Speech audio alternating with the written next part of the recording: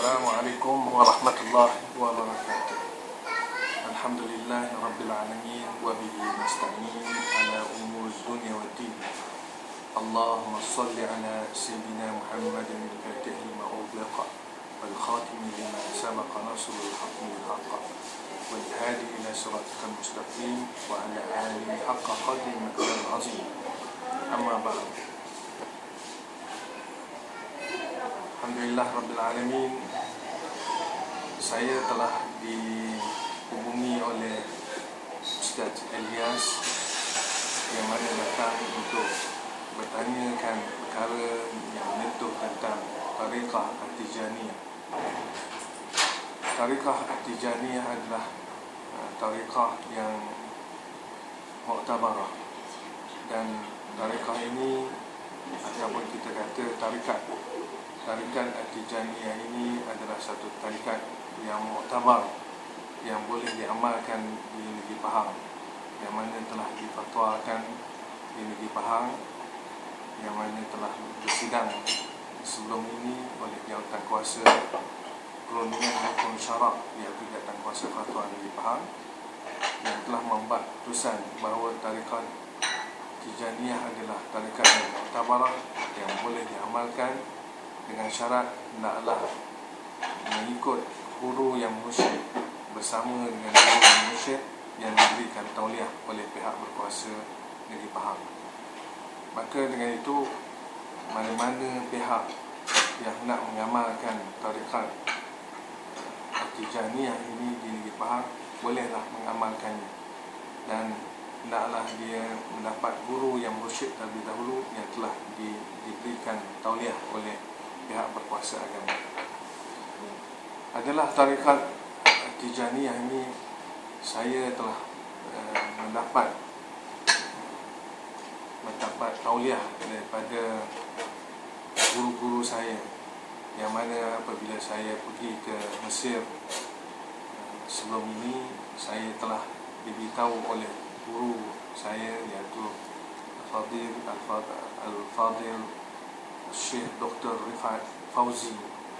Apabila saya bertanya kepadanya bagaimana saya nak mengamalkan zikir-zikir yang mendapat menjadi amalan saya pada setiap hari, beliau mengatakan amalan adalah paling mudah, yang tidak ada masalah untuk kita mengamalkannya, kerana amalan ini amalan yang dilakukan oleh Rasulullah sallallahu alaihi wasallam. Sebagai contoh, Rasulullah beristighfar 100 kali.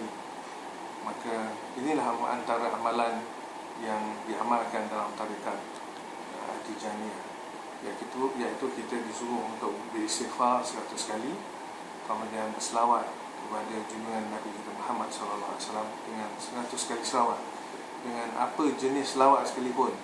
Tetapi dalam tarikat Tijaniyah ini kita diutamakan dengan selawat Al-Fatih.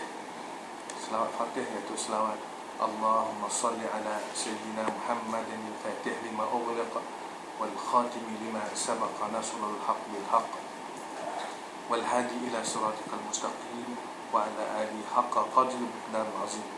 Inilah di antara amalan pegangan daripada tarikat At-Tijaniyah, iaitu selawat Fatih. Selawat ini adalah riwayat daripada Sayyidina Ali, yang boleh kita lihat riwayat daripada Imam Ahmad sendiri. Dan selepas itu, selepas kita beristighfar dan berselawat, kita berzikir dengan afdal zikri la ilaha illallah.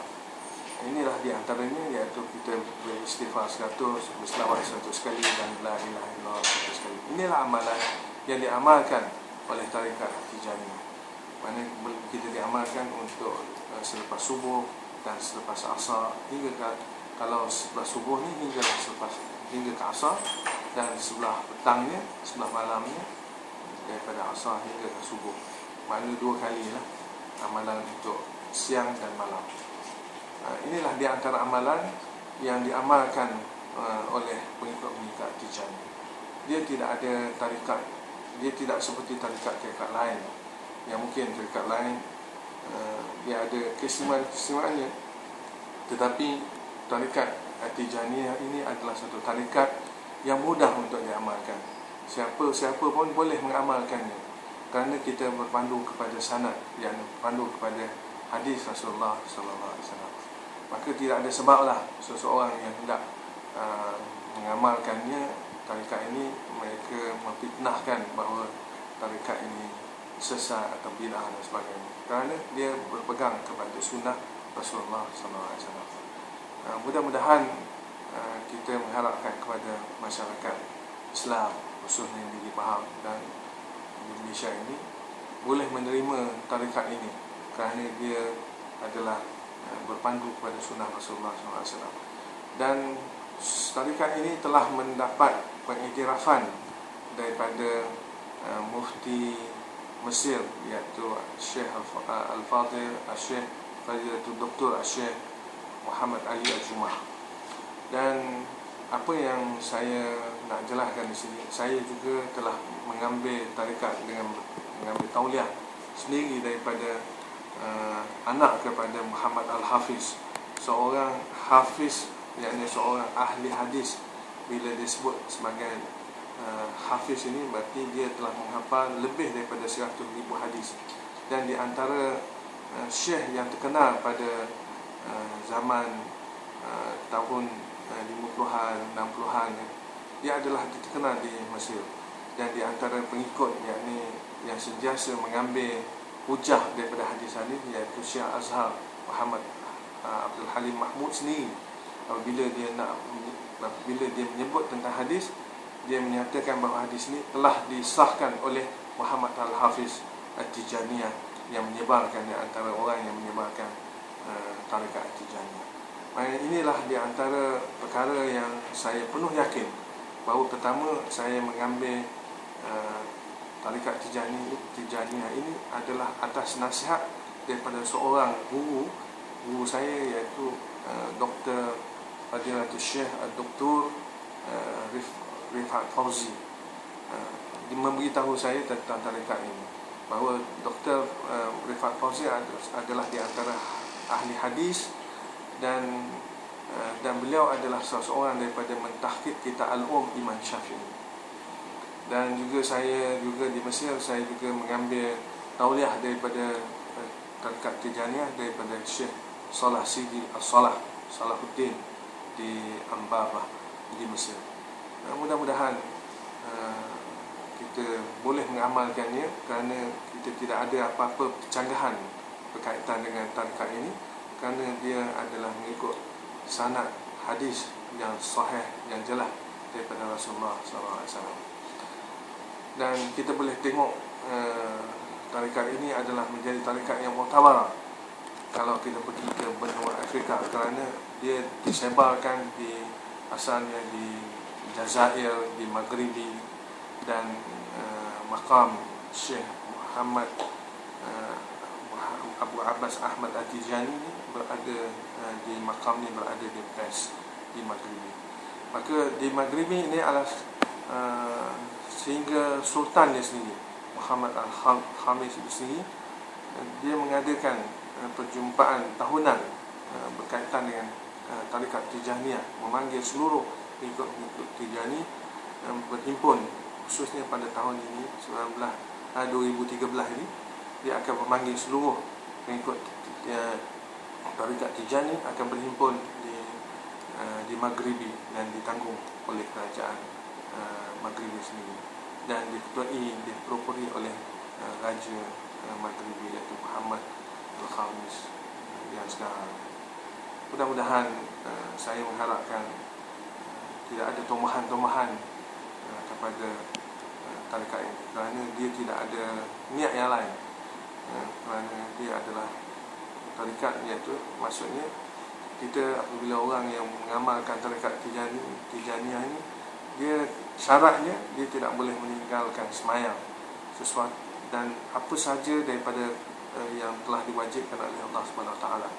Dan kita juga disuruh untuk membaca Al-Quran pada setiap hari dan mengamalkan amalan-amalan sunat yang diamalkan oleh Rasulullah SAW, dan menjauhkan segala kemungkaran dan kemaksiatan. Inilah di antara pegangan Tijaniyah. Kalau kita lihat aurat Kalau kita lihat zikir tarikat Tijaniyah ini, dia tidak seperti tarikat lain. Macamlah di Malaysia kita bertahlil, orang lain semua boleh, siapa-siapa pun boleh membaca tahlil. Begitulah juga di Maghribi. Tarikat kita adalah tarikat yang seperti itu. Tidak ada menari, tidak ada lebih daripada itu, tidak ada berdiri tegak dan sebagainya lah, sebagaimana amalan-amalan tarikat-tarikat yang lain, membaca dalam kelambu ataupun di mana-mana. Kita tidak begitu. Kita hanya beramal seperti biasa, yang boleh diamalkan pada individu. Tapi kita hanya ada satu perjumpaan mingguan, iaitu pada hari Jumaat selepas asar. Wirid kita ialah la ilaha illallah, sekurang-kurangnya 1000 kali dalam satu petang. Kerana petang itu, petang Jumaat adalah petang yang penuh barakah, dan antara waktu yang mustajab doa. Itulah di antara ijtihad daripada Syekh Abu Abbas Tijani ini, supaya kita berzikir di akhir lepas asar, di akhir hari Jumaat. Wallahu a'lam. Kita mohon hidayah dan keampunan dan rahmat daripada Allah. Semoga tarikat ini dapat diamalkan dan dia adalah mengikut sunnah Rasulullah SAW. Wallahu a'lam bis-shawab. Wabillahi taufiq wal hidayah. Assalamualaikum warahmatullahi wabarakatuh.